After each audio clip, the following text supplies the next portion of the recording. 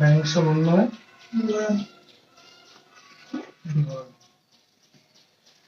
আমরা গতকালকে বলছিলাম যে ব্যাংক সমন্বয় বিবরণী ক্ষেত্রে প্রধানত আমরা তিনটা পদ্ধতিতে সমাধান করি। প্রথমত হচ্ছে কি যে একক পদ্ধতি, প্রচলিত পদ্ধতি, অথবা একক পদ্ধতিকে আমরা একক জড় বলতে পারি বা সনাতন পদ্ধতি।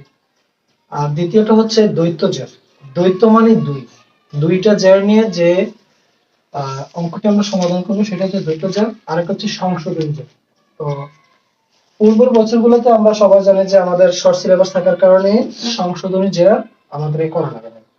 একক জের এবং দ্বৈত জেরকে আমরা সমাধান করছি। যেহেতু আবার পুনরায় আমরা আগের সিলেবাসে ফিরে এসেছি, সুতরাং আমাদেরকে আবার কি করতে হবে? তিনটা পদ্ধতি সমাধান করতে হবে। তো আমরা প্রথমত কাজ করব একক জের, প্রচলিত পদ্ধতি বা সনাতন পদ্ধতি নিয়ে। তো এইটার দুই রকম ভাবে ম্যাথ আমরা ধরতে পারি। প্রথম কথাটা কি ছিল যে নগদান বই মোতাবেক ব্যাংক জমার উদ্ধৃত। এটাকে আমরা বুঝার স্বার্থে ধরে নিলাম এক নং নিয়ম, নগদান বই মোতাবেক ব্যাংক জমার উদ্ধৃত। আর আরেকটা হলো নগদান বই মোতাবেক ব্যাংক জমাতিরিক্ত। নগদান বই আর আমানতকারী একই কথা, আর পাস বই আর ব্যাংক বিবরণী একই কথা। ব্যাংক সমন্বয় বিবরণীটা কি? ব্যাংক সমন্বয় বিবরণী কে তৈরি করে? ব্যাংক সমন্বয় বিবরণী তৈরি করে আমানতকারী, আর ব্যাংক বিবরণী প্রস্তুত করে ব্যাংক। ঠিক আছে, বুঝতে পারছি? ব্যাংক বিবরণী আর ব্যাংক সমন্বয় বিবরণী এক কথা নেই। ব্যাংকের সাথে নগদান বইয়ের গরমিল অথবা নগদান বইয়ের সাথে ব্যাংকের গরমিল, ওই সকল লেনদেনগুলোকে সমন্বয় করার নাম হচ্ছে ব্যাংক সমন্বয় বিবরণী। অর্থাৎ ব্যাংকের উদ্ধৃতের সাথে নগদ উদ্ধৃতের মিলকরণ অথবা নগদ উদ্ধৃতের সাথে ব্যাংক উদ্ধৃতের মিলকরণের নামই হচ্ছে ব্যাংক সমন্বয় বিবরণী। তো আজকে আমরা ব্যাংক সমন্বয় বিবরণীর যে এক নং নিয়ম যেটা আমরা বলছিলাম সেটা নিয়ে কাজ করব। তো সেটা কাজ করার জন্য আমরা গত ক্লাসে লেখা দিয়েছিলাম যে নগদান বই মোতাবেক ব্যাংক জমার উদ্ধৃত। তার মানে আগে নগদ পরে জমার উদ্ধৃত। আবার ব্যাংক বিবরণী মোতাবেক ব্যাংক জমাতিরিক্ত, আগে ব্যাংক পরে জমাতিরিক্ত। এটা হলো চিনার উপায়, লক্ষণ আর কি। তারপরে হচ্ছে পাস বই মোতাবেক ব্যাংক জমাতিরিক্ত। এটা কোন নিয়ম? এক নং নিয়ম। এক নং নিয়মের থিম হচ্ছে আমি ব্যাংকের মত। এটার মিনিংটা কি? এটা মিনিং হচ্ছে ব্যাংক যদি কোনো লেনদেনের কারণে বৃদ্ধি পায় তাহলে আমিও ব্যাংকের সাথে সাথে তাল মিলিয়ে আমিও অর্থাৎ আমানতকারী বইকেও বৃদ্ধি করবো বা নগদান বইকে বৃদ্ধি করবো। তাহলে যে সকল নগদ লেনদেন ব্যাংকে বৃদ্ধি করে ওই সকল লেনদেন এক নং নিয়ম অনুসারে যোগ, যে সকল নগদ লেনদেন ব্যাংকে হ্রাস করে ওই সকল লেনদেন এক নং নিয়ম অনুসারে বিয়োগ। এক নং এর বিপরীত হচ্ছে দুই নং। এক নং নিয়মের যেই সকল দাখিলাগুলো আমরা যোগ করি দুই নং নিয়মে সেগুলোকে বিয়োগ করব। আবার দুই নং এক নং দাখিলাতে যেগুলো আমরা বিয়োগ করি দুই নং এ যোগ করি। তাহলে দুই নং এর উল্টো হচ্ছে এক নং, এক নং এর উল্টো হচ্ছে দুই নং। আশা করি বুঝতে পারছেন, ক্লিয়ার? আচ্ছা, তো আজকে আমরা সরাসরি অঙ্কে চলে যাব। বুঝতে পারছি? অঙ্কে যদি আমাদের চলে যেতে হয় আমরা এক নং নিয়ম অনুসারে আজকে কাজ করব, ঠিক আছে? তো আশা করি যারা আমার ভিডিওটা দেখতেছেন সবাই অবশ্যই ফলো দিয়ে দিবেন এবং একটা করে শেয়ার করে দেবেন প্রত্যেককে, যেন আপনাদের আশেপাশে যারা আছেন যে ভিডিওটা দেখতে পারে। এটা হচ্ছে শিক্ষামূলক ভিডিও। আমরা একাদশ শ্রেণীর প্রথম পত্র হিসাব বিজ্ঞান প্রথম পত্র ব্যাংক সমন্বয় বিবরণীর আজকে ক্লাস করাচ্ছি। আমরা সমাধানে চলে যাব, সরি অতিরিক্তের মধ্যে চলে যাব। উদাহরণগুলো তোমরা আশা করো, ঠিক আছে? আচ্ছা, তাহলে আমরা চলে যাব সমস্যা 5 এ। এখানে দীপক কুমার নাগ অর্থাৎ পুঁথি নিলয় প্রকাশনীর বইয়ের 580 নম্বর পেজের সমস্যা 5। নিম্নলিখিত তথ্যাবলী 2018 সালের 31 ডিসেম্বর তারিখে জনাব নাসিমের হিসাব বই থেকে নেওয়া হয়েছে। বই খোলেন।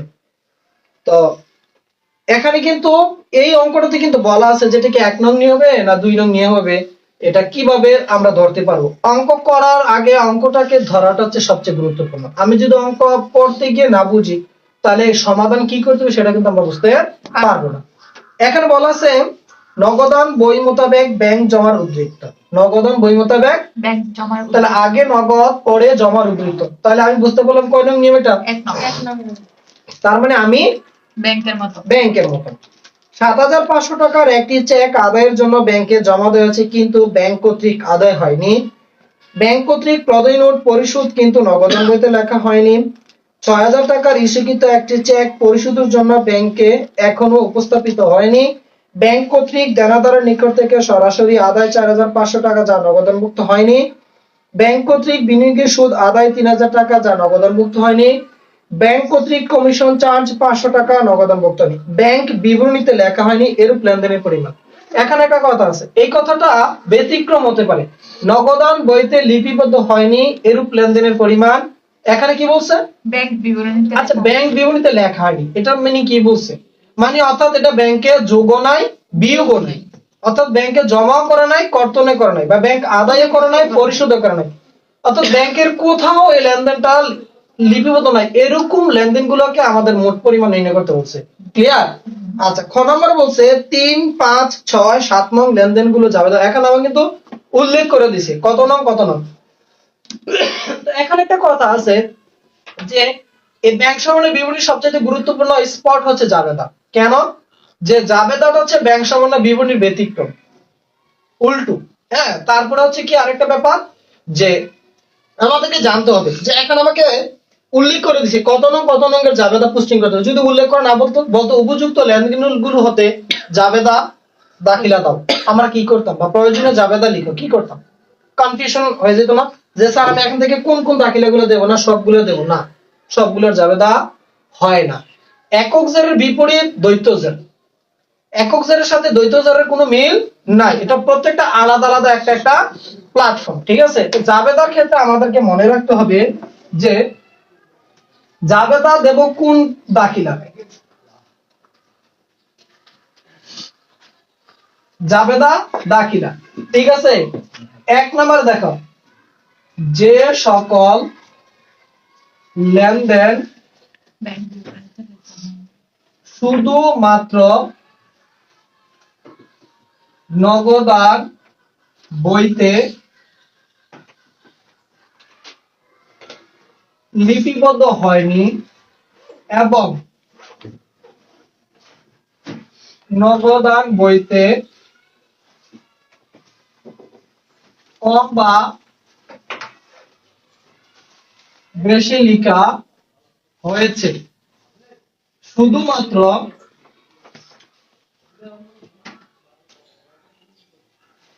ওই সকল লেনদেনের জাবেদা দাখিলা দিতে হবে। কিন্তু ব্যাংক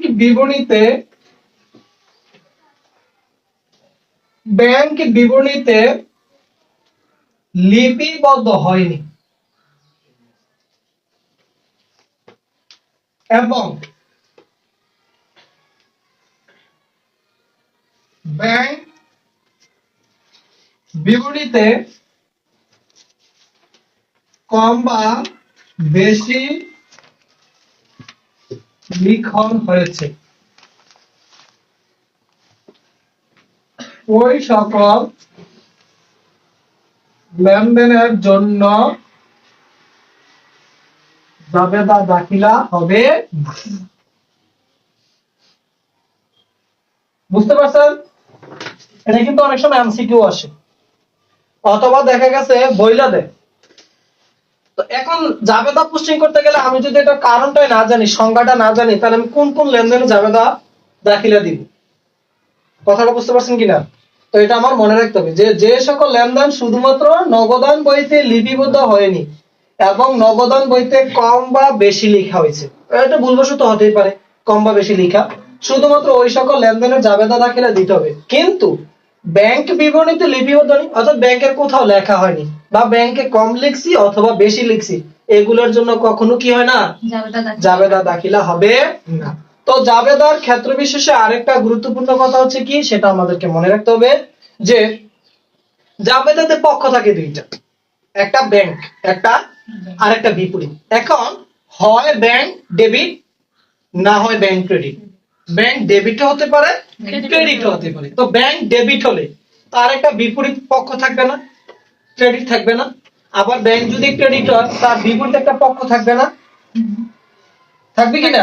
কারণ আমরা জানি দুধর্ম দাখিলা আর নীতি অনুসারে একটা পক্ষ ডেবিট হলে আরেকটা পক্ষ সমপরিমাণ অর্থ দ্বারা ক্রেডিট করতে হয়, অথবা একটা পক্ষ যদি ক্রেডিট হয় আরেকটা পক্ষ ডেবিট হবে সমপরিমাণ অর্থ দ্বারা। আমি কি কথাটা বুঝাতে পারছি? এখন দেখা গেছে যে যদি ব্যাংক ডেবিট হয় তার কারণটা হবে ক্রেডিট। ব্যাংক ডেবিট হলে একটা কারণ থাকবে না? ব্যাংক ডেবিট হলে একটা কারণ থাকবে। যেমন আমি যদি বলি দেনাদার থেকে টাকা আদায় করা হবে ব্যাংকের মাধ্যমে বা চেকের মাধ্যমে, বা দেনাদার কর্তৃক ব্যাংকে জমা দিল, তাহলে কারণটা কে ছিল? দেনাদার। ব্যাংক ডেবিট হয়েছে না? কারণ ব্যাংক ডেবিট হওয়ার কারণ কি? ব্যাংকে বৃদ্ধি পেয়েছে, ব্যাংক একটা সম্পদ, বৃদ্ধি পেতেই পারে। তো ব্যাংক ডেবিট হওয়ার কারণটা ছিল দেনাদার, এই কারণে ব্যাংক হিসাব ডেবিট, দেনাদার। এখন যদি আমরা যদি বলি যে ব্যাংক যদি ক্রেডিট হয় কারণটা হবে ডেবিট, ব্যাংক ডেবিট। এখন আমি যদি বলি ব্যাংক কর্তৃক বা ব্যাংক চার্জ ধার্য করা হলো, ব্যাংক চার্জ অথবা পাওনাদারকে ব্যাংকের মাধ্যমে পরিশোধ করা হলো, হতে পারে না? তাহলে এখন কি হবে? ব্যাংক কমে গেছে, সম্পদ কমছে, হ্রাস পাইছে, ডেবিট সরি ক্রেডিট। তাহলে ব্যাংক হিসাব ক্রেডিট, কারণটা কি ছিল? পাওনাদার অথবা ব্যাংক চার্জ। তাহলে কি বুঝলাম? হয় ব্যাংক ডেবিট, না হয় ব্যাংক ক্রেডিট। ব্যাংক যদি ডেবিট হয় কারণটা ক্রেডিট, ব্যাংক যদি ক্রেডিট হয় কারণটা। তাহলে আশা করি ব্যাংক সমন্বয়ের বিবরণীতে আমাদের জাবেদাতে আর কোনো ঝামেলা হবে না। এখন কথা হলো যে স্যার তাহলে জাবেদাতে ঝামেলা লিখিত, আমার তো ব্যাংক সমন্বয়ের যে মূল অধ্যায়টা সেটা তো রয়ে গেল, সেটা আমরা আসতেছি এখন। তাহলে এটা তো আশা করি আমরা লিখছেন, তাহলে আমরা ওইখান থেকে লিখে নিলাম। আমি ভিডিও লিংক আপনাদেরকে দিয়ে দেবো ইয়াতে হোয়াটসঅ্যাপ গ্রুপে, ঠিক আছে? ওইখান থেকে আপনারা লিখে নেবেন, কারণ ক্লাস দীর্ঘায়িত করলে অনেকে কিন্তু এটা দেখতে চায় না। এখন আমরা চলে যাব মূল অঙ্কের মধ্যে। তাহলে মূল অঙ্কটা কি ছিল? যে ব্যাংক বিবরণীতে লেখা হয়নি এরূপ লেনদেনের পরিমাণ নির্ণয় করো। তো এখন আমরা দেখি 2 নম্বর দাখিলাতে যান। ৭৫০০ টাকার একটি চেক আদায়ের জন্য ব্যাংকে জমা দেওয়া হয়েছে কিন্তু ব্যাংক কর্তৃক আদায় হয়নি। তাহলে কি ব্যাংকে লিখছে? না। ব্যাংক যদি আদায়ই করতো তাহলে অবভিয়াসলি ব্যাংক লিখতো। ব্যাংক যদি আদায় করতো তাহলে অবশ্যই ব্যাংক তার খাতায় লিপিবদ্ধ করতো। তাহলে আমরা লিখতে পারি ক নম্বরের সমস্যা সমাধানের জন্য কি লিখছিলাম? ব্যাংক কর্তৃক ব্যাংক বিবরণীতে লেখা হয়নি এরূপ লেনদেনের পরিমাণ। তোমরা কি অঙ্ক করো না কেন? ব্যাংক বিবরণীতে লেখা হয়নি এরূপ লেনদেনের পরিমাণ।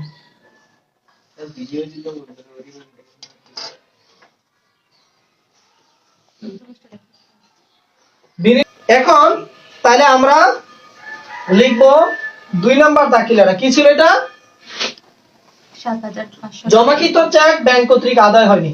আমরা সংক্ষেপে লিখবো জমাকৃত চেক ব্যাংক কর্তৃক আদায় হয়নি। কত টাকা ছিল এটা? ৭৫০০ টাকা।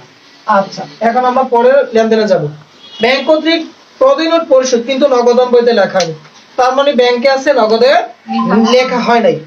যাব আমরা 4 নম্বর। ৬০০০ টাকার ইস্যুকৃত একটি চেক পরিশোধের জন্য ব্যাংকে এখন উপস্থাপিত হয়নি। মনে করো তুমি একটা ওরে চেক দিছো, চেক দিছো কেন? সে তোমার কাছে টাকা পাও না, তো তুমি চেকটা দেওয়ার সাথে সাথে কি করছো? তুমি তোমার নগদান বইতে লেখছো যে ওকে আমি একটা চেক পরিশোধ করলাম। তাহলে চেকের টাকাটা আনার জন্য কোথায় যেতে হবে? ব্যাংকে। তোমার যেই ব্যাংকে একটা অ্যাকাউন্ট আছে ওই ব্যাংকে যেতে হবে। সে কি করলো? এই চেক নিয়ে ব্যাংকে যায় না, ব্যাংকে তার টাকা দিছে, কিন্তু তোমার খাতা তো ঠিকই কমা আছে, ও কিন্তু ব্যাংকে চেক নিয়ে যায় নাই। তো চেক নিয়ে না গেলে ব্যাংকে টাকা দেয় নাই, তার মানে ব্যাংক লিখে নাই। তাহলে কি লিখবো? ইস্যুকৃত চেক ব্যাংক কর্তৃক পরিশোধিত হয়নি। ইস্যুকৃত চেক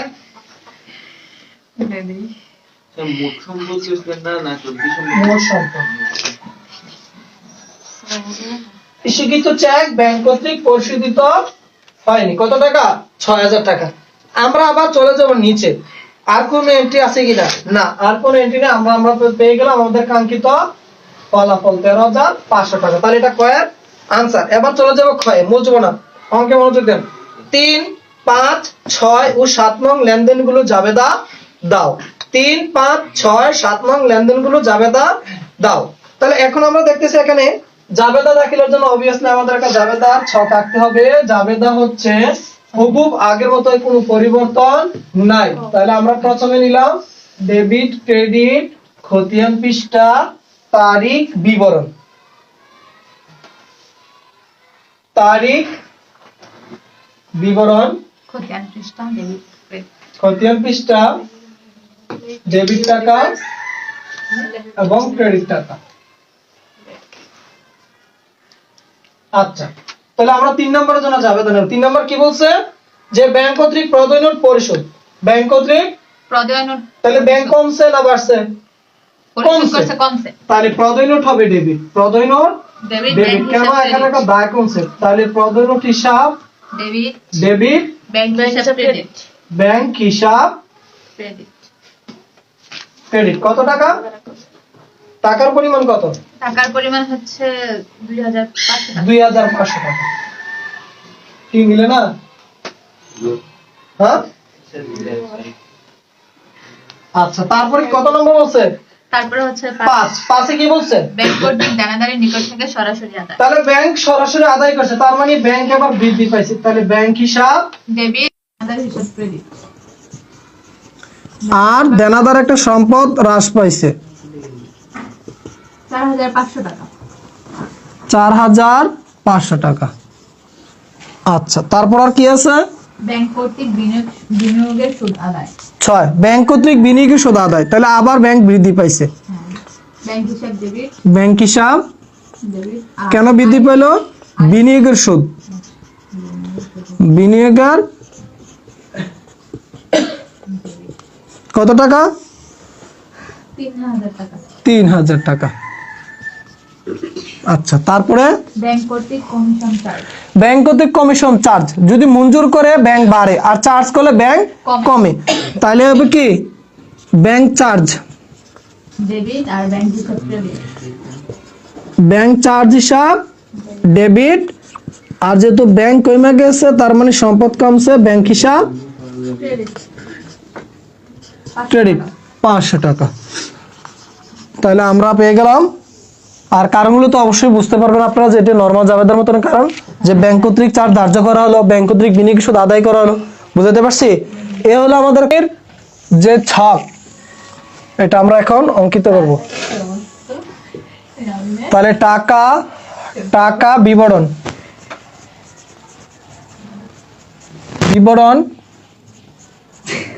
টাকা। ক্লাস কিন্তু লাইভ চলতেছে। প্রথমে আমরা লিখব নগদান বই মোতাবেক। নগদান বই মোতাবেক ব্যাংক জমার উদ্ধৃত। ওয়ালাইকুম আসসালাম। ব্যাংক জমার উদ্ধৃত। তো নগদান বই মোতাবেক ব্যাংক জমার উদ্ধৃত কত ছিল এখানে? 20000 টাকা। এটা আমরা সেকেন্ড কলামে লিখব। তারপর এখানে একটা প্লাস চিহ্ন দেব, এখানে আমরা একটা মাইনাস চিহ্ন দেব। কেন? যেগুলো যোগের এখানে লিখবো, যেগুলো বিয়োগের এখানে লিখবো। তো আমরা একটা একটা এন্ট্রি পড়বো, আর সেটাকে প্রথমে ডিসাইড করবো এটা কোন জায়গাতে অবস্থান করতেছে। তাহলে কথাটা কি ছিল? যে সকল লেনদেন কি করে ব্যাংকে বৃদ্ধি করে ওইটা যোগ, যে সকল লেনদেন ব্যাংকে হ্রাস করে ওইটা বিয়োগ। 1 নং নিয়ম অনুসারে আমি ব্যাংকের মত, ব্যাংক বাড়লে আমি বাড়বো, ব্যাংক কমলে আমি কমবো। ক্লিয়ার বিষয়টা? তো এখানে 7500 টাকার একটি চেক আদায়ের জন্য ব্যাংকে জমা দিয়েছে, কিন্তু ব্যাংক কর্তৃক আদায় হয়নি। তাহলে ব্যাংক যেহেতু আদায় করে নাই, তার মানে ব্যাংকে কম। ব্যাংকে কম। আমি কার মতন? ব্যাংকের মত। ব্যাংক কমলে আমি কমবো, তার মানে এটা বিয়োগ। তার মানে 2 নাম্বার দাখিলাটা বিয়োগ হবে। কি লিখবো? জমাকৃত চেক ব্যাংক কর্তৃক আদায় হয়নি। না বুঝলে আমি বুঝে দিচ্ছি। কত টাকা? টাকাটা বলেন। 7500 টাকা। এখন অনেকে বলতেছে স্যার এটা বুঝি নাই। ধরে নিলাম আমি নগদ, আমি আর একটা ব্যাংক। তাহলে খেয়াল করেন, দেনাদার থেকে কি কইছি? একটা চেক আদায়ের জন্য ব্যাংকে জমা দিছিলাম। তো আগে আমি দেনাদার থেকে মনে করেন 7500 টাকার চেকটা পাইছি। তাহলে আমি আমার খাতায় যোগ করছি কিনা? এই চেকটা আমি কোথায় পাঠাইছি? ব্যাংকে পাঠাইছি। কি করছি? বলছি আপনি চেকটা আদায় করে আমার অ্যাকাউন্টে জমা করবেন, কিন্তু সে চেকটা আদায় করে নাই, তার মানে কি ব্যাংকে টাকা আছে না নাই? নাই। তো আমার খাতায় আছে, ব্যাংকের খাতায় নাই। তাহলে আমার খাতায় বেশি, ব্যাংকের খাতায় কম। আমি কার মতন? ব্যাংকের মতো। ব্যাংক কমলে আমি কমবো। তাহলে কমলে কি যোগ করব না বিয়োগ করব? বিয়োগ করবো। তাহলে আমি কি করছি? বিয়োগ করছি। তাহলে জমাকৃত চেক ব্যাংক কর্তৃক আদায় হয়নি। আশা করি এটা বুঝতে পারছেন। That's clear. 3 নাম্বার, ব্যাংক কর্তৃক প্রদেয় নোট পরিশোধ কিন্তু নগদান বইতে লেখা হয়নি। একজন পাওনাদার আমার কাছে টাকা পাইতো, তাকে আমি আগে প্রদেয় নোট দিয়েছিলাম, কিন্তু এই টাকাটা ব্যাংকের মাধ্যমে পরিশোধ করছি। তাহলে আবার ধরে নিলাম নগদ ব্যাংক কি করছি? প্রদেয় নোট পরিশোধ করছি। কত টাকা? 2500। 2500 টাকার প্রদেয় নোট পরিশোধ করছি। ব্যাংক কি করছে? ব্যাংক কিন্তু আমি তো এটা নগদান বইতে এখনো লিখি নাই, তার মানে আমার খাতায় লিখি নাই। খেয়াল করেন কথাটা, ব্যাংকের খাতায় লেখছে, আমার খাতায় লেখা হয় না। তাহলে ব্যাংকে কমছে না বাড়ছে? ব্যাংকে তো কম। বিয়োগ করলে কমছে। আমি কার মতন? ব্যাংকের মতো। তাহলে কি করব? বিয়োগ করবো। বিয়োগ করব।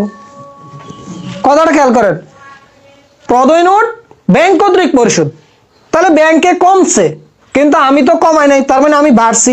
আমি কার মতন? ব্যাংকের মতো। ব্যাংক কমলে আমি কম। আমি কমবো, তাহলে এটা বিয়োগ হবে।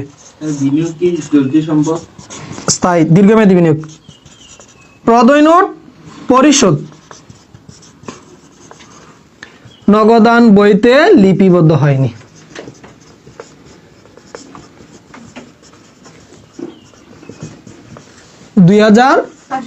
টাকা। নেক্সট 4 নাম্বার, 6000 টাকার ইস্যুকৃত একটি চেক পরিশোধের জন্য ব্যাংকে এখনো উপস্থাপিত হয়নি। আবার আসেন, 6000 টাকার চেক ইস্যু করছে। ইস্যু মানে কি? ইস্যু মানে প্রদান করা। ইস্যু মানে প্রদান করা, মানে কাউকে দেওয়া। তো আমি একটা চেক মনে করেন রিফাতকে দিলাম, কয় হাজার টাকার? 6000 টাকা। তাহলে আমি যখন রিফাতকে দিছি, কি করে দিছি? আমার খাতা থেকে বিয়োগ করে দিছি। এখন চেকটা রিফাতকে দিলাম, কোথায় নিয়ে যাওয়ার জন্য? ব্যাংকে। সে চেকটা ব্যাংক পর্যন্ত নেয় নাই, হয়তো হারাই ফেলছে বা যে কোনো কারণে তার কাছে রেখে দিয়েছে বা সময় পায় না ব্যাংকে যাওয়ার জন্য। হ্যাঁ, তাহলে কি করলো? ব্যাংক পর্যন্ত চেক পৌঁছালো না। এখন আমি যদি ব্যাংকে চেক জমা দিতাম, তাহলে ব্যাংক আমাকে টাকা দিত, রিফাতকে টাকা দিত। তো রিফাত চেক নিয়ে যেহেতু যায় নাই, তার মানে ব্যাংক রিফাতকে টাকাও দেয় নাই, তাহলে ব্যাংকে বেশি, আমার খাতায় ব্যাংকে বেশি, আমার খাতায়। তাহলে আমি কার মতন? ব্যাংকের মতো। ব্যাংক বাড়লে আমি বাড়বো। আমি বাড়বো। তাহলে কয় নাম্বার এটা? 4 নাম্বার। কি লিখবো? ইস্যুকৃত চেক। ইস্যুকৃত চেক ব্যাংকে উপস্থাপিত হয়নি, ব্যাংকে উপস্থাপিত হয়। উপস্থাপিত হয়নি। কত টাকা? 6000 টাকা। 6000 টাকা। আচ্ছা, তারপরে কি বলছে? যে ব্যাংক কর্তৃক দেনাদার নিকট থেকে সরাসরি আদায় 4500 টাকা নগদানভুক্ত হয়নি। একজন দেনাদার থেকে ব্যাংক সরাসরি টাকা আদায় করছে, তো আমি গিয়ে দেখলাম আমার নগদানের সাথে ব্যাংকের বইয়ের কোনো মিল নাই। কেন মিল নাই? কারণ ব্যাংক যে নগদ টাকা আদায় করছে, সরি, দেনাদার থেকে যে টাকা আদায় করছে, আদায় করে কোথায় রাখছে? ব্যাংকে রাখছে না? কিন্তু আমি কি সেটা জানি? বা ব্যাংক আমাকে বলছে? ব্যাংকও আমাকে বলে নাই, বা দেনাদার আমাকে বলে নাই। তো না বলার কারণে আমি আমার খাতায় যোগ করতে পারি নাই, কিন্তু ব্যাংক তার খাতায় ঠিকই যোগ করে রাখছে। তাহলে ব্যাংকে বেশি, আমি কম। ব্যাংকে বেশি, আমি কম। কিভাবে বেশি? ব্যাংক টাকা আদায় করে ব্যাংকে লিখে রাখছে, আমি জানি না, আমি লিখতে পারি নাই। দেনাদার থেকে টাকা আদায় করলে আমার বাড়ার কথা ছিল, কিন্তু সেখানে ব্যাংক বেড়ে আছে, কিন্তু আমি বাড়তে পারি না। আমি কার মতন? ব্যাংকের মতো। ব্যাংক বাড়লে যোগ হবে। আমি বাড়বো, তাহলে এটা যোগ। কি লিখবো? দেনাদার কর্তৃক সরাসরি ব্যাংকে জমা। দেনাদার কর্তৃক সরাসরি ব্যাংকে জমা। সরাসরি ব্যাংকে জমা। কত টাকা? 4500। 4500। আচ্ছা, তারপরে এন্ট্রি আছে কত নম্বর? 6 নাম্বার। 6 নাম্বার। কি বলছে? ব্যাংক কর্তৃক বিনিয়োগের সুদ আদায়। আবার ব্যাংক বাড়ছে, বিনিয়োগের সুদ আদায় করছে, ব্যাংক বাড়ছে না? কিন্তু নগদানভুক্ত হয়নি, তার মানে নগদে বাড়াইতে পারে নাই। তাহলে আবার হলো 6, ব্যাংক কর্তৃক বিনিয়োগের সুদ আদায় 3000 টাকা। 3000 টাকা। আবার 7 নাম্বার। 7 নাম্বার কি বলছে? ব্যাংক কর্তৃক commission charge. Commission charge, commission ধার্য, ব্যাংক চার্জ, এগুলা ব্যাংকের হ্রাস করে। তাহলে ব্যাংক কমে, ব্যাংক কমলে আমি কমবো, আর মঞ্জুর করলে বাড়ে, ব্যাংক বাড়লে আমি বাড়বো। আমি বাড়বো। মঞ্জুর করলে যোগ, চার্জ করলে ধার্য করলে সেটা হবে বিয়োগ। তাহলে ব্যাংক কর্তৃক কমিশন চার্জ, ব্যাংক কর্তৃক কমিশন চার্জ কমিশন চার্জ 500 টাকা। 500 টাকা। এখন আমরা কি করব, এখানে দেখেন 6 4 10, 10 3 13, 13,500 না? তাহলে যোগ করলে কত হবে? 33,500। এখানে কত? 10, 10,500 না? 10,500। তাহলে 33,500 থেকে 10,500 বাদ দেন তো কত থাকে? 23,000 নি? 23,500। 23,000। এখন দেখেন উপরে কি আছে? 1 নং নিয়ম না? তাহলে আমরা 1 নং নিয়ম আছে, এখন কি করবো? এটার জায়গাতে লিখবো 2 নং। যদি উপরে 2 নং থাকে নিচে লিখবো 1 নং। তাহলে এখন লিখবো একদম নিয়ম অনুসারে নগদান বই মোতাবেক ব্যাংক জমাতিরিক্ত। ক্লিয়ার? বুঝতে পারছেন? আশা করি অবশ্যই বুঝতে পারছেন। ঠিক আছে, তাহলে অঙ্কটা করে উঠান।